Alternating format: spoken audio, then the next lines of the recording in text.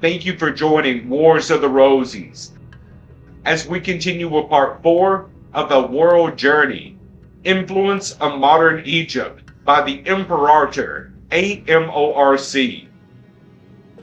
An article taken from Rosicrucian Digest, Volume 32, Number 4, April 1954. The Thought of the Month, Influence of Modern Egypt by the Imperator AMORC. This article is the fourth of a series being written by the Imperator after his return from a world journey in behalf of the Rosicrucian Order. Editor. It is generally conceded that Egypt was the cradle of civilization. Legends may relate that lands now beneath the sea were once the sites of mighty civilizations that far antedated Egypt. Archaeologists may also dispute whether certain culture actually had its origin in Egypt, or in the lands that border the Tigris and Euphrates Rivers. However, whether Egypt was the seat of civilization or merely exponentially conducive to it, there is no question of its profound and extensive contributions to the early advancement of mankind, as the sun rises in the east and seems to journey westward, bringing light and warmth to the firmament each day. So the greater light of human understanding spread westward from the land of the Nile. For many centuries, multitudes of people turned their faces and minds towards Egypt to be appraised of the arts and sciences of that land. Ancient Egypt is thus immortalized in many of our current customs and beliefs. Unfortunately, because of ignorance and religious bigotry, proper recognition is often not given to those ancient thinkers who, throughout remote centuries, struggled against great odds to discover and preserve fundamental truths. Egypt in her long past was conquered and submerged by waves of invading peoples and cultures. Each group of invading people was, in turn, definitely influenced by its contact with Egypt, her stupendous architectural accomplishments, her literature, mathematics, and particularly her religious beliefs, with their remarkable moral and ethical precepts and concept of immortality, made a deep impression upon all her conquerors. The military might of Egypt has vanished. She likewise is no longer prominent in the world of culture. Her political influence, her strategic importance as a nation bordering the Suez Canal, however, still make Egypt a vital factor in world affairs. Her position is like that of an impetuous young lady who is avidly courted because of her family's social connections. She is very much impressed by the attention shown her and enjoys making the most of it. Egypt's failure to contribute much to our modern times has been principally the consequence of her former type of government. She had one of the few remaining absolute monarchies in the world, and that, in recent times, was despotic. King Fuad I, the father of the deposed King Farouk I, was generally much respected by all classes, though economic conditions under his reign were not generally superior to those under the rule of his son. Fuad at least sought improvement. He was not as free to act as one would have believed. The young son, Farouk, was steeped in luxury in his youth. Various ambitious politicians and those in economic life who sought to gain by it curried Farouk's favor through flattery. During his subsequent reign as king, his advisors were those who never seriously opposed his whims. Intelligent counselors in the cabinet or otherwise were often removed for their wise admonishments, which annoyed the luxury-loving monarch. As a result, the worst elements of the king's character were cultivated and exploited. Even the majority of his own subjects had no realization of his extravagancies and debauchery until the end of his reign. As one example of the dissipation of the national resources, we mention the splendor of his former palace at Alexandria. We were reliably informed that this structure and adjacent grounds and furnishings exceeded the lavish beauty and ornamentation of the famed palace at Versailles. It is now being converted by the new Republic of Egypt into a cultural center for concerts, operas, and art exhibits, which all the people might enjoy. President Naguib. The recently resigned and then reinstated first president of Egypt, Mohammed Naguib, is extremely popular with all the people, as was indicated by the popular acclaim for his reinstatement. There is, however, the exemption of the clique at the top of the political hierarchy. His other antagonists are the despotic monarchs who hope to restore the king to his throne and thus regain their own favored positions. From what can be learned from well-informed sources, the average Egyptian citizen believes Naguib to be sincerely working for the welfare of his nation. This confidence in him is also inspired by the fact that he was one of the outstanding heroes in Egypt's war with Israel. However, the opposition is continually challenging his security. Leftists who have taken the position that Naguib is not adamant enough with England. These leftists are principally fanatical nationalists who would resort to immediate war in an attempt to force England from the Suez Canal area. In all probability, this group was instrumental in forcing Naguib to resign as president. Keen political observers on the scene are of the opinion that the Egyptian government under the regime of Naguib did not want a complete break with England. The government knows that it could not alone defend the canal against an aggressor such as Soviet Russia. It is said that Egypt hopes by her attitude to oblige England to grant her certain concessions. In particular, Egypt under Naguib's guiding hand would, like England and perhaps the United States, to furnish armaments for the defense of the canal, but permit her to have complete admission of the canal zone. These circumstances are precarious because Egypt has considerable influence with the Islamic world. Naguib himself is a devout Mohammedan and prominently took part in the Waqf last summer. The Waqf is the day in which Muslim pilgrims from all over the world assemble on Mount Arafat in Mecca. There they join in prayer and hear sermons which are delivered on that day. It is the climax of the religious pilgrimage to Mecca. Naguib joined other heads of Muslim governments in the religious ceremony. These other Islamic nations look to Egypt to take the lead in what they consider their political welfare. The involvement of Egypt in any war would mean that all the Islamic nations would rally to her support. The religious tie, Mohammedanism, being more prominent than any political separation of nations. Naguib's agrarian activities, the redistribution of land holdings so that no owner could possess more than 200 acres, has broken up the large feudal system that existed. The large landowners were favored by the late king. Consequently, this move, which popularized Naguib with the masses, caused serious discontent among the owners of large estates. Naguib began the first serious attempt in recent times to increase his country's exports in the region of the Red Sea, not too far from Sudan. We are informed that there have been recently discovered large deposits of iron and other minerals. These could be economically worked and are adjacent to relatively cheap sea transport. Further, extensive irrigation projects are now in the paper stage.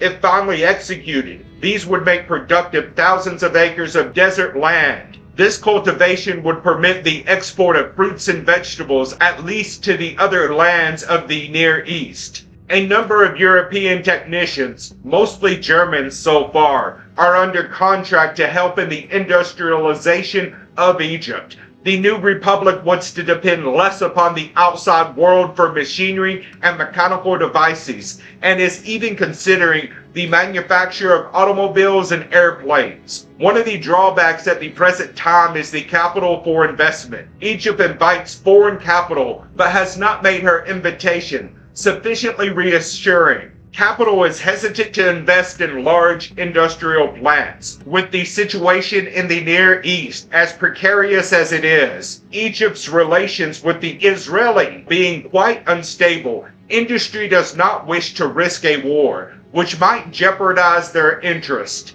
Further, capital has wanted the new republic to first prove itself. The recent resignation of Naguib and then his reinstatement and the civic turbulence will constitute a serious deterrent to further financial aid to Egypt in her plans for industrialization. Also, it would be extremely difficult for foreign investors to withdraw their money for transfer abroad if they did make a profit on their venture in Egypt. The Egyptian Exchange Control has imposed very severe regulations which amount to an absolute block in most instances of the export of monies in either sterling or dollars. Though Egypt's storage of dollars may necessitate this policy, it does not encourage foreign capital to look upon her at the moment as a fruitful land for investment. Another credible move of Mohammedan Naguib was his insistence upon full recognition of the Egyptian national, whether he is Mohammedan,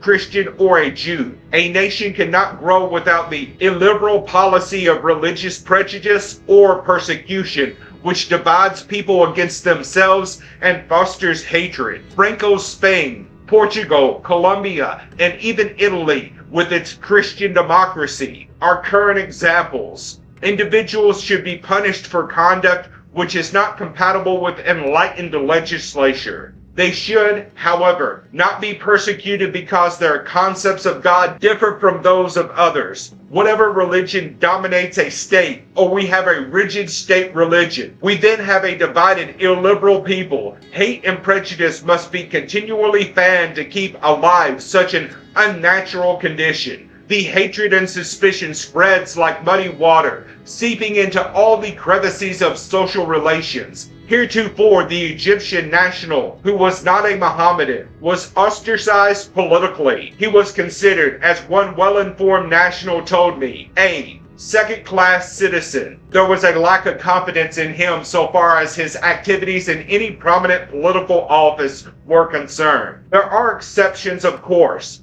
but they are few. It took courage for Naguib to make the needed change, a radical one for Egypt.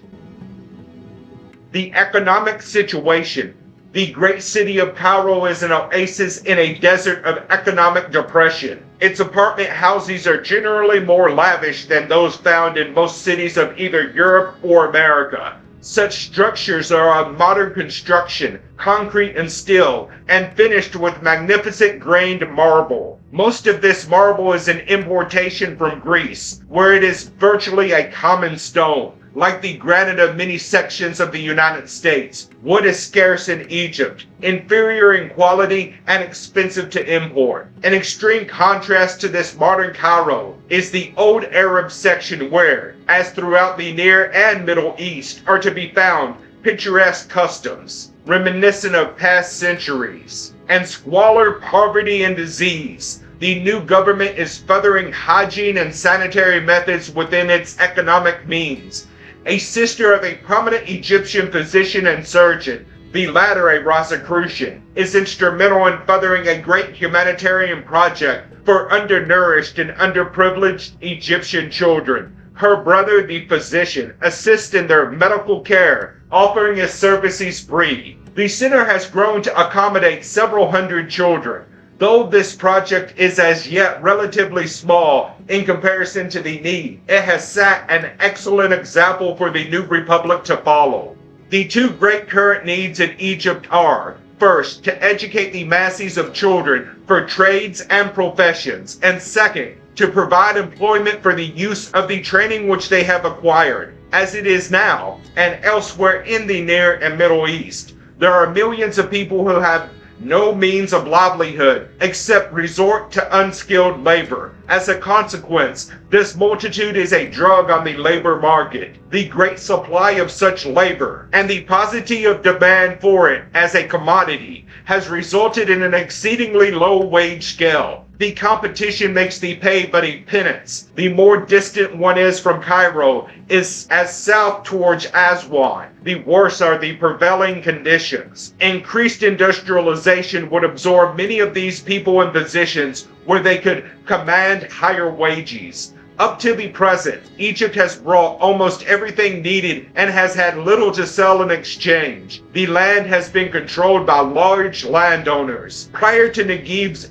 agrarian policy, They constituted a kind of feudal owners who, as said, often received tax privileges from the king. The expense of government was thus borne by those least able to pay. The general administration of the government under the deposed king was one of extravagance. No money of an appreciable amount was returned for the welfare of the populace. Even in war, the corruption was extreme and resulted in the abdication of King Farouk. It was discovered that imperfect arms and faulty ammunition was furnished to troops, causing campaigns and unnecessary loss of life. These were knowingly purchased and sold to the government by friends of the king. The transactions were exempt from usual investigation by order of the monarch. These persons grew wealthy at the expense of Egypt's young manhood.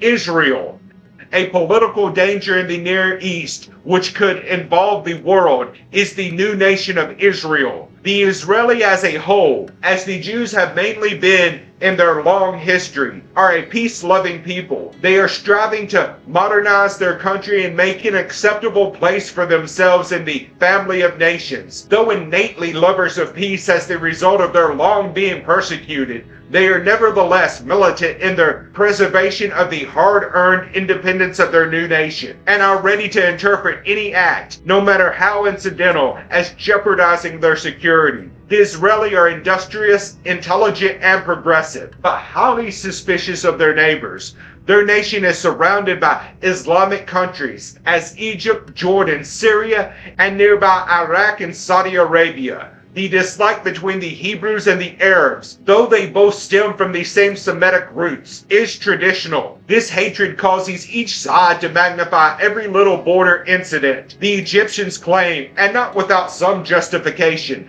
that the disposed Arabs once residing in lands now under the jurisdiction of Israel were mistreated. Conversely, the Israeli protests that there has been a continuous series of minor violations of their frontiers by Egyptian armed patrols. A war in this strategic region, the crossroads to the Far East and to the spigots of the vast oil center, could easily involve the great powers of the East and West. The balance of the West's economic interest in this region is delicate. Consequently, Egypt is in a favorable position to make demands which the United States has endeavored to persuade England, within reason, to accede to. Thus, once again, the influence of Egypt descends like a mantle upon the Western world and its civilization. Thank you for watching, and please don't forget to share, like, subscribe, and comment.